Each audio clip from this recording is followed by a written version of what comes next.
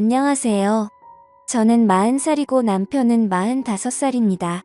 남편과 결혼한 지 10년이 넘었습니다. 그리고 그 10년 동안 저는 아무것도 모르고 남편의 수발과 동시에 일까지 하면서 정말 힘든 날들을 보냈습니다. 10년이란 시간 동안 모든 것을 남편에게 쏟았습니다. 하지만 이 모든 것은 예상과는 달랐습니다. 제 사연을 한번 들어주세요. 정말 가슴이 아픕니다. 10년 전 우리는 소개팅으로 만나 연인이 되었고 정말 서로 마음이 너무 잘 맞아 빠르게 사랑에 빠졌습니다. 많은 분들께서 잘 아시는 것처럼 연애 초반에 불타오르면 금방 식는다고 하지요. 우리는 불타오를 새도 없이 연애 1년 만에 결혼했습니다. 정말 모든 게 좋았습니다.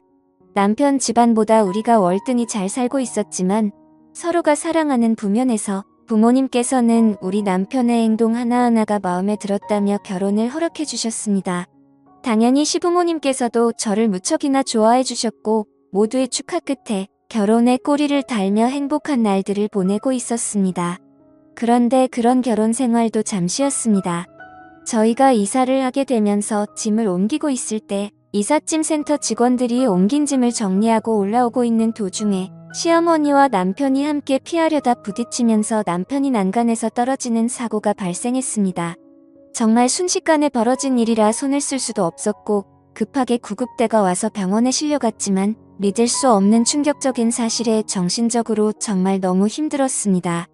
난간에서 떨어지면서 신경손상으로 전신마비가 왔습니다. 결혼한 지 1년 만에 벌어진 충격적인 상황이었습니다. 손가락 하나 움직일 수 없는 남편의 모든 걸 감당해야 했던 저는 사는 게 정말 힘들었습니다. 아버지께서는 남편을 돌봐줄 사람을 고용했고 병원에서는 지속적인 관리와 물리치료를 병행해서 신경을 살려 움직일 수 있게 해야 한다면서 오랜 시간 병원 신세를 지내야 했습니다. 당연히 병원비도 많이 나오게 되었고 아버님 없이 혼자 외로이 살고 계셨던 시어머니께서는 자기 아들마저 잃기 싫다며 저에게 매달려서는 저의 집이 돈이 많으니 제발 걷기만 할 수 있게 도와달라며 애원하셨습니다. 저 또한 너무 힘들었습니다. 그렇게 저도 회사 생활을 하면서 매일 병원을 찾아가 온몸을 주무르며 제발 돌아와달라고 밤마다 기도했습니다. 그렇게 5년이라는 시간이 흐르면서 변화된 거라곤 손가락 하나 움직일 수 있는 정도였습니다. 그래도 저에겐 희망이 생겼고 제 몸이 힘들고 돈이 많이 들어도 다시 정상으로 돌아올 수 있다면 뭐든 할 수 있었습니다. 당연히 이 상황에서 계속해서 돈이 나가게 되는 부모님께서도 고민이 참 많으셨습니다. 자기 딸이 움직일 수 없는 남편과 평생을 함께 살아야 할지 모른다는 생각 때문인지 어떻게 해야 할지 막막해 하셨습니다.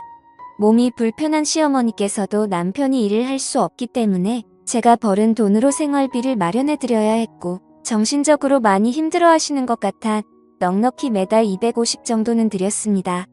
당연히 혼자 살고 계시는데 이 정도면 충분한 금액이라고 생각했습니다. 처음에는 정말 고맙다면서 너무 많이 주는 거 아니냐며 모든 걸 감사하게 생각하셨습니다. 이번 달 20일이죠? 다음 달 20일까지 쓰실 생활비예요. 저도 요즘에 많이 힘들지만 그래도 어머님께서도 많이 힘드실 테니 지인분들과 여행도 좀 다녀오시고 맛있는 것도 많이 사드시고 그러세요. 더 많이 드리지 못해 죄송해요. 그래 고맙다. 우리 아들이 저렇게만 되지 않았더라면 너도 이런 고생하지 않았을 텐데 미안하구나. 그런데 말이야 혹시 50만 원만 더 올려줄 수 있니? 요즘에 시애미 친구들이 해외여행을 많이 다니는데 금전적으로 내가 많이 밀리더구나. 다른 친구들은 사고 싶은 거 다 사고 하는데 나는 우리 아들이 저렇게 되고 나니 사고 싶은 것도 살 수 없어서 정말 너무 힘들었다. 다음 달에 해외여행 간다는데 한 50 정도만 올려주면 나도 귀 좀 펴고 살 수 있을 것 같은데 힘들겠지? 내가 너한테 이런 말까지 하고 미안하다. 내가 입방정을 떨었구나. 우리 아들만 저렇게 되지 않았다면 이런 말 안 해도 되는데.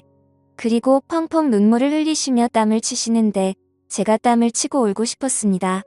모든 상황이 정상적인 상황이 아니었습니다. 당연히 이 말이 부모님 귀에 들어갔고 무슨 그런 집안이 있냐며 모든 돈을 당장 다 끊어버리라고 했지만 저는 그렇게 할 수 없었습니다. 거기에 더해 남편을 보살펴주던 아줌마 두 분께서도 이제는 힘들다며 다른 사람 찾아보라며 하는 일에 비해 월급이 너무 적다면서 그만두려고 하시길래 월급도 더 올려드렸습니다.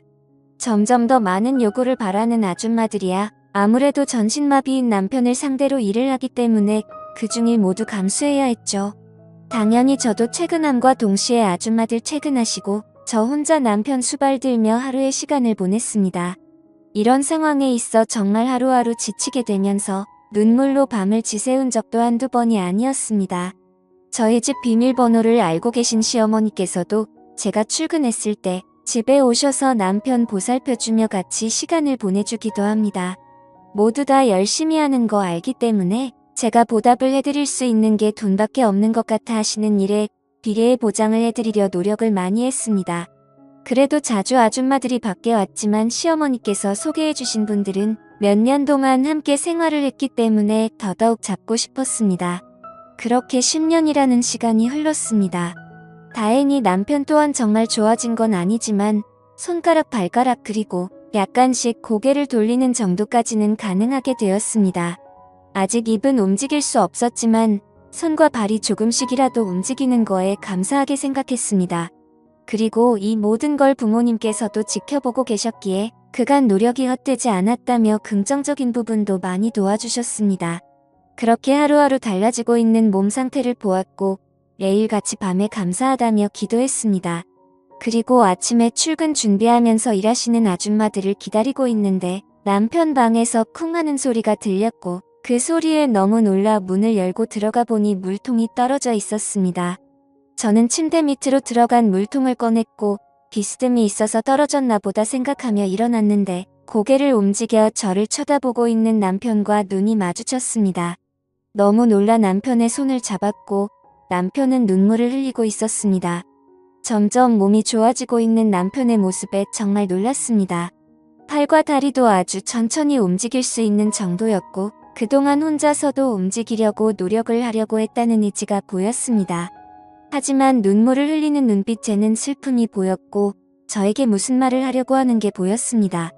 눈 하나 깜빡할 수 없을 정도였는데 힘들게 떨리는 손을 들어 무슨 말을 하려고 하는 것 같아 메모장에 난 말들을 모두 작성해 남편이 무슨 말을 하려고 하는지 가리키는 글자를 모두 적었습니다. 메모장에 적은 글 보고는 저는 너무 놀랐고 그동안 참고 있었던 남편이 너무 불쌍했습니다. 이 모든 건 시어머니와 아줌마들이 계획하고 꾸민 상황들이었습니다. 남편이 적은 한마디는 바로 엄마와 아줌마 모두 한패야 살려줘 였습니다. 메모장으로 받아 적은 한마디에 남편 손을 잡고 하염없이 울었습니다.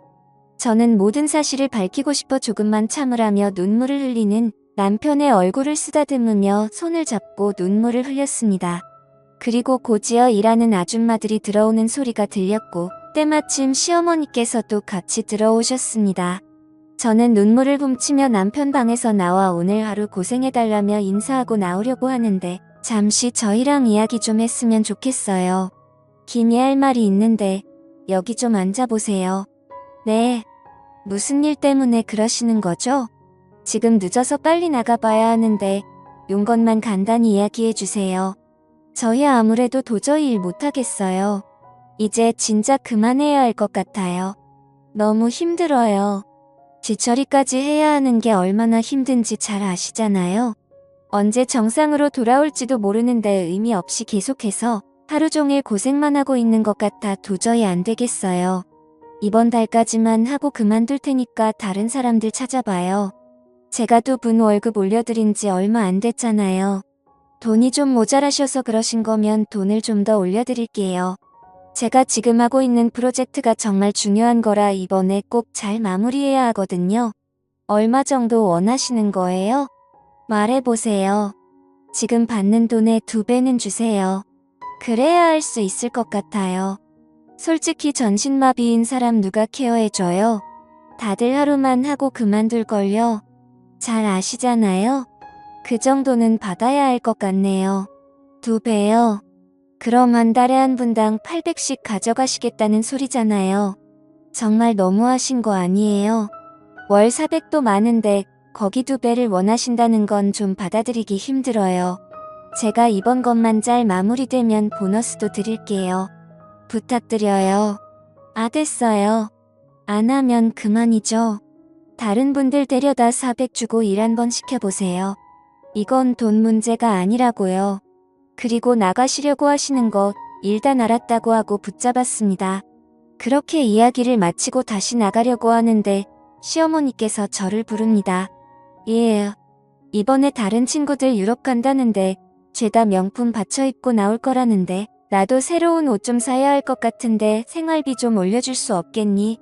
요즘에 물가가 올라서 그런지 한 달에 쓰는 비용이 너무 적은 것 같구나. 월 500 정도로만 맞춰주면 충분할 것 같은데 괜찮겠지? 우리들이 일어나면 모두 갚아줄 테니까 부탁 좀 하마. 그래도 시임이 채면은 채워줘야지 않겠니? 마침 오늘 20일이니까 이따가 통장으로 부탁 좀 하마. 정말 너무 황당하고 어이가 없었습니다. 당연하다는 듯이 돈을 올리고 요구한다는 시어머니와 아줌마 두 분의 행동에 할 말을 잃고 말았습니다. 일단 알았다고 하고 그렇게 저는 출근을 했습니다. 그리고 잠깐씩 시간이 날 때마다 CCTV 업체에 전화를 했고 모든 일들이 하루에 끝날 수 있게 돈을 더 주겠다는 말과 함께 저녁에 작업을 하기로 계획을 잡았습니다.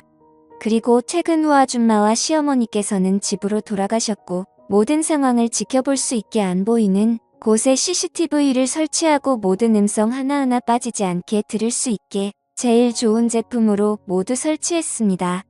그리고 다음날 똑같은 일상을 보냈고 퇴근 후 집에 들어와서 하루에 있었던 일을 모두 확인한 결과 정말 충격에 휩싸였네요.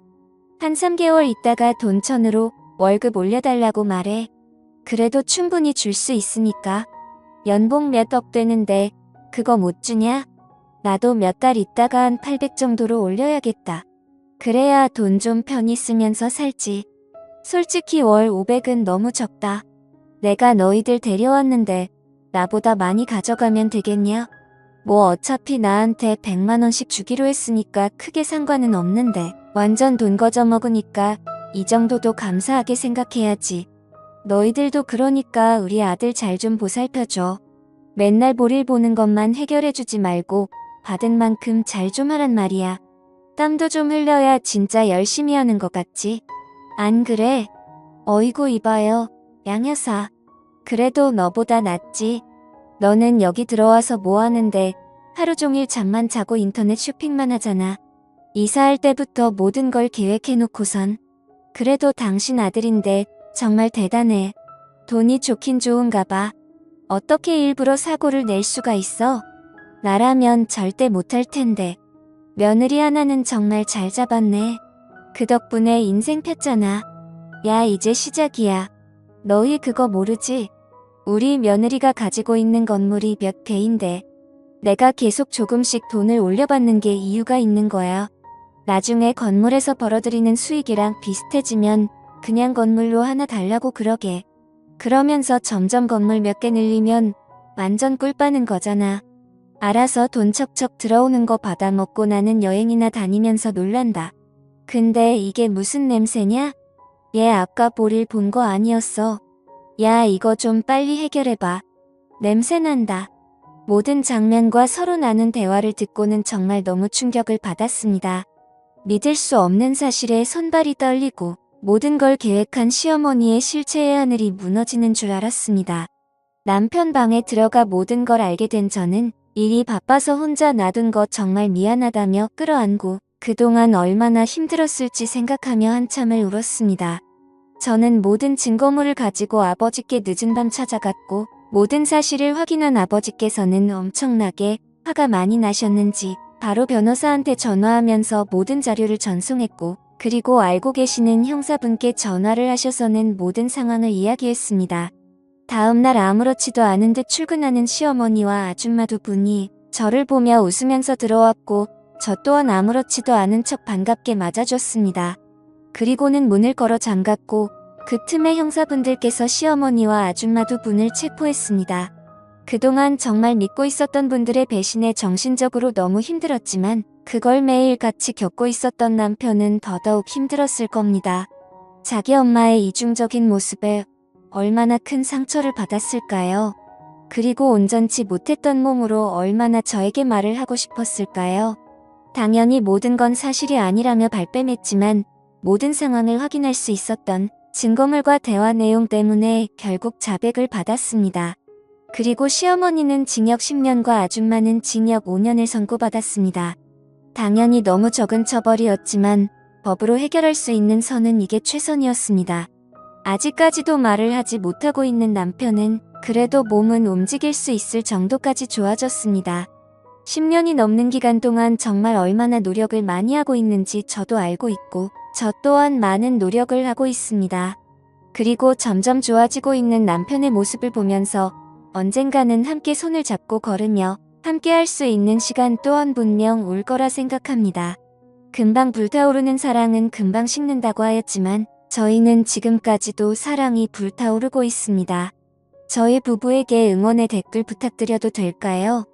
남편과 함께 힘낼 수 있게 지금을 헤쳐나갈 수 있게 힘이 되는 말 부탁합니다. 감사합니다.